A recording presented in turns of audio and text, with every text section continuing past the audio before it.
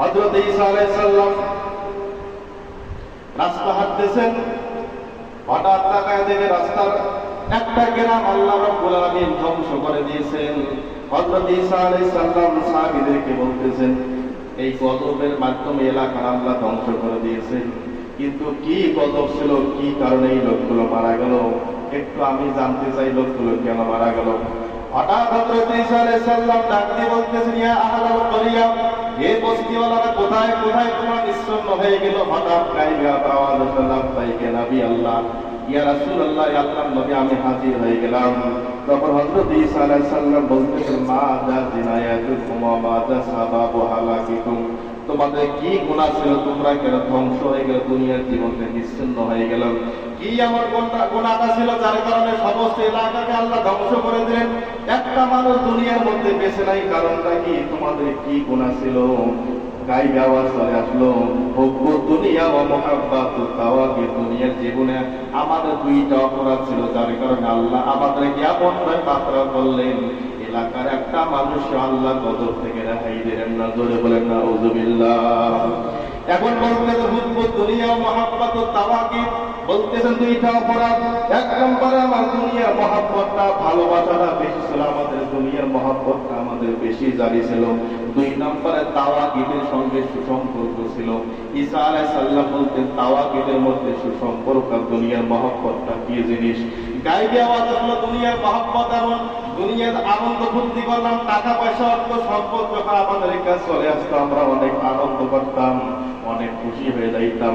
যখন আমাদের কাছে টাকা সরে যেত, অর্থ থাকতো না, আমরা অভাবের মধ্যে পড়ে যেতাম, তো আল্লাহর ইবাদত বাদ দিয়ে আমরা দুনিয়ার বিভিন্ন খারাপ কাজের মধ্যে জড়িয়েছিলাম। এবার বলতে তাওয়াগীদের সঙ্গে সুসম্পর্ক মানে কি? তাওয়াগীদের সম্পর্কে গাইবে আওয়াজ আসতেছে, দুনিয়ার জমিনে নামাজ পড়তাম ঠিকই, ইবাদত করতাম ঠিকই, কিন্তু দুনিয়ার জীবনে যে মূর্খ লোকগুলো সমাজের মধ্যে যে খারাপ ব্যক্তিগুলো, মূর্খ লোকগুলো, এই লোকের সঙ্গে আমাদের সুসম্পর্ক ছিল। জোরে বলেন নাউযুবিল্লাহ। দুনিয়ার মহব্বত এমন, সম্পদ আছে তো মন ভালো, সম্পদ নাই তো কি হয়ে যায়? এক মাস ব্যবসার লস হলে মাথা হ্যাঁ, আছে কি নেই এমন মানুষ? যে 1 লাখ টাকা খাটাইলাম ব্যবসায়, মাস যে হিসাব করে 90,000 10,000 নাই, দূর আল্লাহর ইবাদত করবোই না, আছে কিনা এমন ব্যক্তি? আর যদি মাস গেলে 20,000 কামাই হয়েছে, আরো 2 টাকা নামাজ বেশি করে দোয়া করে, আল্লাহ আরো দেও। এই ছিল তাদের গ্রামের অবস্থা। বলতে না দুনিয়ার মহব্বতটা আমাদের এমন ছিল, টাকা থাকলে আমরা ভালো, টাকা না থাকলে আমরা খারাপ হয়ে যাইতাম। বলতে সেটা বুঝলাম, কিন্তু তাওয়াগীদের সঙ্গে সুসম্পর্কী, ওরা বলে সমাজের মধ্যে যেগুলো অদক্ষ ব্যক্তি, যেগুলো মূর্খ, যেগুলো জাহেল, যেগুলো দুনিয়ার মধ্যে দুনিয়ার মোহে পড়েছে, আখেরাত চেনে না, আমরা ইবাদত করতাম ঠিকই, কিন্তু এদের সঙ্গ আমরা ত্যাগ করিনি, অর্থাৎ এদের নেতৃত্ব আমরা মানছি, এদেরকে নেতা মানছি, এরা যে পদে হাঁটতে বলছে আমরা সেই পদে হাঁটছি, মাঝে মধ্যে ভালো কাজও করছে, কিন্তু এদের সাথে সঙ্গে সুসম্পর্ক থাকার কারণে আজকে আমাদের এই অবস্থা। মাযা জিনায়াতুকুম ওয়া মাযা সাবাবু হালাকিকুম, এই আমাদের গুনাহ। বলেন তো এই দুইটা সমাজে, আমাদের সমাজে দুইটা অপরাধ আছে কি নেই? দুনিয়ার মহব্বত আছে কি নাই? অযোগ্য লোক আমাদের নেতা আছে কি নেই? আছে না? এইটাই কাম। সব বলেন, নেতারা কথা তোলেন না, আছে কি নাই? সমাজের মধ্যে তাকায় দেখবেন, মনে করে একটা মেম্বারই হোক, আছে কি নাই? একদিকে আপনাদের আলিয়ার বাজার মসজিদের ইমাম অথবা আরেক মসজিদের ইমাম দাঁড়ায় গেল, সমাজে ন্যায় বিচার প্রতিষ্ঠা করার জন্য একটা বাক্স নিয়ে দাঁড়ায় গেল, আরেকজন উপায় জাহেল মূর্খ, সুদ নাই, ঘুষ নাই, সমাজের জুমা নাই, 5 ওয়াক্ত নাই, এমন ঈদের নামাজও নাই, আরেক পক্ষে একজন দাঁড়াইল।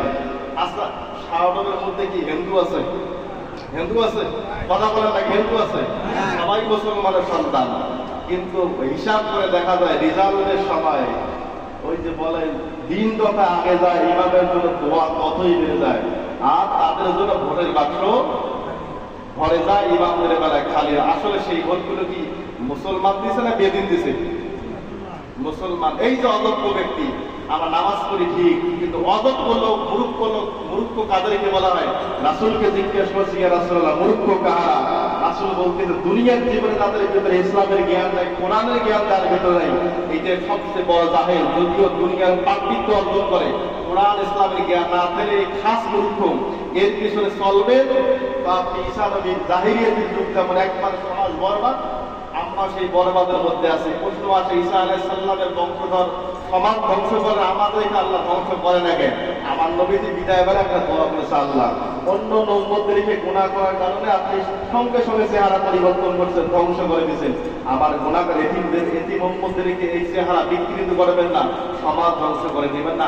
আমি শেষ নবী, আমার মানটা চলে যাবে আল্লাহ, এই দোয়াটা কবুল করেন। আল্লাহ বলছেন, নবী গো, আপনার যতই থাক আমি আল্লাহ পূরণ করে দিলাম। জোরে বলেন সুবহানাল্লাহ। এই জন্য একে সমাজে জেনাকার চলে, সুদখোর চলে, ঘুষখোর চলে, বেবিচারিনী চলে, সমাজ সবচেয়ে টাটকা খারাপ ব্যক্তি চলে, নামাজিও চলে, ভালো লোক চলে, কিন্তু কোনোদিন টের পাওয়া যায় কার দোয়া রসুলে, আমার নবীর দোয়া রসুলে।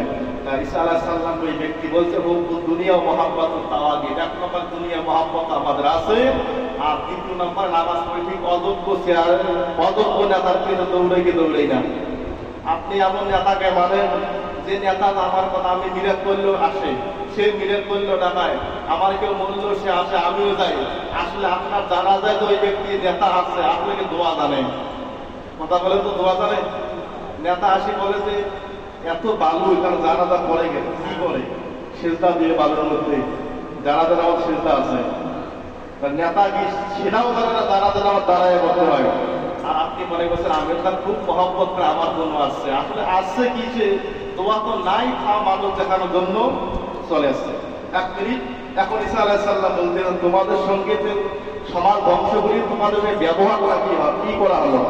হযরত ঈসা আলাইহিস সালামকে বলতেছেন, বিদনা বিল আফিয়াতি ওয়া আসহাবুনা ফিল হাবিয়া। আমরা সবাই ঘুমের মধ্যে চলে গেলাম, রাতের অন্ধকারে ঘুমিয়েছিলাম, হঠাৎ ঘুম থেকে জাগ্রত হয়ে থেকে হাবিয়ার মধ্যে আমরা চলে গেছি। ঈসা নবী বলতেন, হাবিয়াটা কি? বলতেছেন অমা সিজদিন, এটা একটা সিজদিন। বলতেন অমা সিজদিন, সিজদিনটা কি? গায়ে আওয়াজ আসতেছেন, কুল্লু জামরাতি মিনহা মিসলাতু বাবিদ দুনিয়া ওয়া কুল্লিহা ওয়া তুবিনাত আরওয়াহুনা বিহা ইয়া রাসূলুল্লাহ। নবীকে জানাই দিয়ে বলতেন, নবী কয় সিজদিন এমন এক জিনিস, এমন এক কয়েকখানা, যার জ্বলন্ত কয়লা 7টা দুনিয়ার সমান হয়ে যাবে। জোরে বলেন নাউযুবিল্লাহ। এক একটা কয়লার খণ্ড 7টা দুনিয়ার সমান হলে হবে না। তাকায় দেখি সে আগুনের মধ্যে জ্বলতেছে। ঈসা আলাইহিস সালাম বলতেছেন, সবার মুখ বন্ধ, তুমি কথা বলো, কারণটা কি? সমাজ তো অনেক মানুষ ছিল, কেউ কথা বলার উত্তর দেয় না, তো তোমার মুখ দিয়ে কথা আসতেছে কেন? ঈসা আলাইহিস সালামকে বলতেছেন, ইয়া রাসূলুল্লাহ, ওই সমাজে আমিও বাস করতাম, আমি ওই সমাজে বাস করছি, কিন্তু তারা অপরাধ করছে, অযোগ্য নেতার পেছনে দৌড়াইছে, দুনিয়ার মহব্বত তাদের ছিল, কিন্তু আমি সেফ ছিলাম। কি ছিলাম? আমি সেফ ছিলাম, ঠিক তাদের সঙ্গে থাকতাম, কিন্তু আমি তাদের কাজগুলো করতাম, তারা যা করত আমি তা করতাম। আমি সেফ থাকার কারণে আল্লাহ আমার সিজদিনের কিনারে দাঁড় করে দিয়েছে। একদিকে জান্নাত, আর একদিকে না জানে আল্লাহ কখনো তালা দিয়ে জাহান্নামে দেয়, না জানে টান দিয়ে জান্নাতে দেয়। এমন সমাজে আছে না যে আমি দল করি সেনে, কিন্তু ওই খারাপের মধ্যে আমি যাই, আছে কি নাই? মানে অযোগ্য নেতার পিছনে দৌড়াই, কিন্তু অযোগ্য লোকের রাস্তার মাল সব বাড়ি খাবার আছে, সব ভুলবাসারে করে খায়। আমি কিন্তু এগুলো থেকে পবিত্র আছি, দল করি ঠিক আছে, কিন্তু ওই মারি খাওয়ার পক্ষে আমি নাই। তাহলে সেই লোকগুলো পরিণত সিজদিনের কিনারায় দাঁড়ায় থাকবে, হয়তোবা আল্লাহ জাহান্নামে ঠান্ডায় ফেলে দেবে, নয়তোবা দাঁড়াতে আল্লাহ পাবে ইনশাআল্লাহ। সকলকে আপনার তৌফিক দান করে আল্লাহুম্মা।